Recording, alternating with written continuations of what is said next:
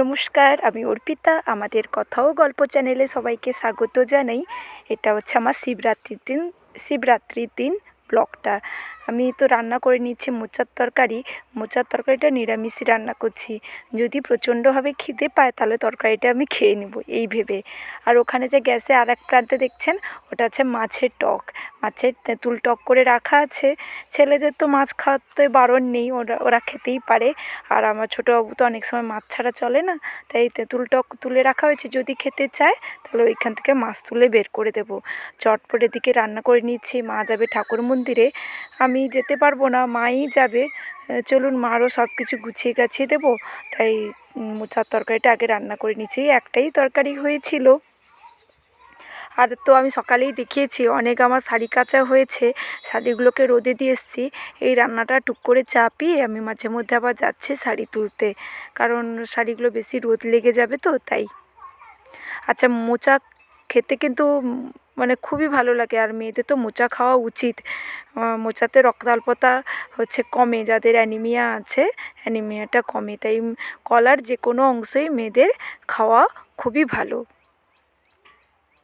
চলুন, আমার কষানো হয়ে গেছে। একটু অল্প জল ঢেলে, মানে একটু ঝোল ঝোল থাকবে যাতে ভাতে খাওয়া যায়, সেজন্য। এদিকে ঝোল তো আমার ফুটে গেছে, আর আমি একটু ছাদে গিয়ে দেখে আসি, শাড়িগুলো তুলে আনি, নইলে রং চটে যেতে পারে। চলুন ছাদে যাই। সব শাড়ি তুলে নিয়ে গেছি, এই দুটো শাড়ি আছে, কারণ এই পাড়গুলো একটু মোটা তো শুকিয়ে নিই, তাই আমি একটু রোদে দিয়ে গেছিলাম। এখন চলে এসেছি আনতে।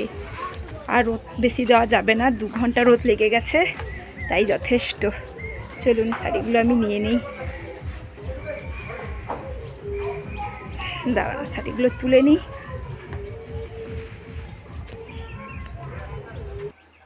এই যে শাড়ি আমার তোলা হয়ে গেছে।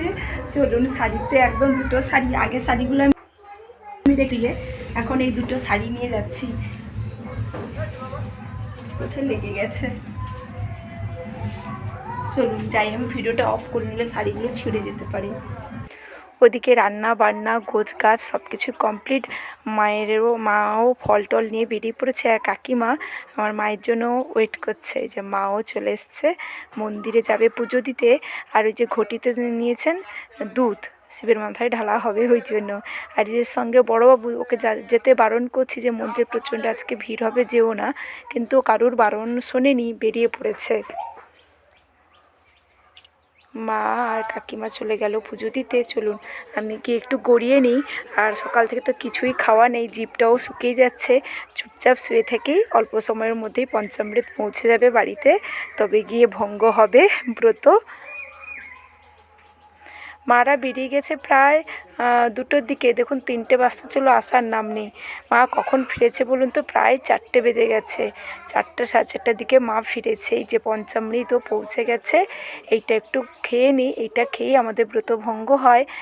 এই যে ফল, অল্পই মা ফল দিয়েছে, যেহেতু আমি বাইরের কাটা ফল অনেক সময় খাই না, ওই জন্যে। ছোলা ভেজানো আছে, আর এখানে হচ্ছে সাবু।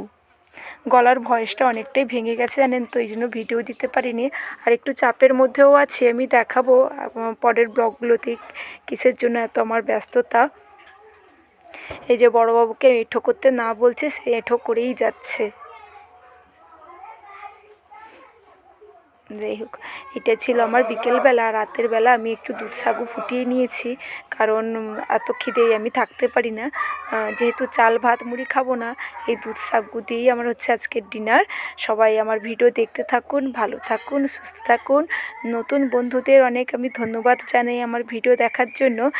অবশ্যই আপনারা পাশে থাকবেন, আমিও আপনার পাশে থাকবো। এই হচ্ছে মানে মূল কথা বলবো। আর যারা আমার চ্যানেলটা এখনও সাবস্ক্রাইব করেননি, সাবস্ক্রাইব অবশ্যই করে দেবেন। আর পাশের যে বেল আইকনটা আছে, ওটা প্রেস করতে একদমই ভুলবেন না। আর এই দুধ সাগু জানেন তো, খুব পুষ্টিকর খাবার, বিশেষ করে মায়েদের জন্য। যারা বাচ্চাদের ব্রেস্ট ফিডিং করান, তাদের তো আমি বলবো অবশ্যই দুধ সাগু খাবেন। ওটা ভীষণ স্বাস্থ্যকর এবং পুষ্টিকর খাবার। এতে অনেক শরীরের জোরও বাড়ে। এটা আমার কথা নয়, আমার আগেকার দিনে মা ঠাকুমাদেরই কথা, যেটা আমি শুনে আসছি, খেয়েও আসছি, এখনও খাই, সুযোগ পেলেই দুধ সাগু খাই, এখনও খাচ্ছি। আর একটু সাজিয়ে গুছিয়ে খেতে না সবারই ভালো লাগে, আমার তো ভীষণ ভালো লাগে। ছোটোদেরও যেরকম সাজিয়ে গুছিয়ে দিই, আমিও সেরকম সাজিয়ে গুছিয়ে খেতে ভালোবাসি। ঠিক আছে, সবাই আমার ব্লগ দেখতে থাকুন।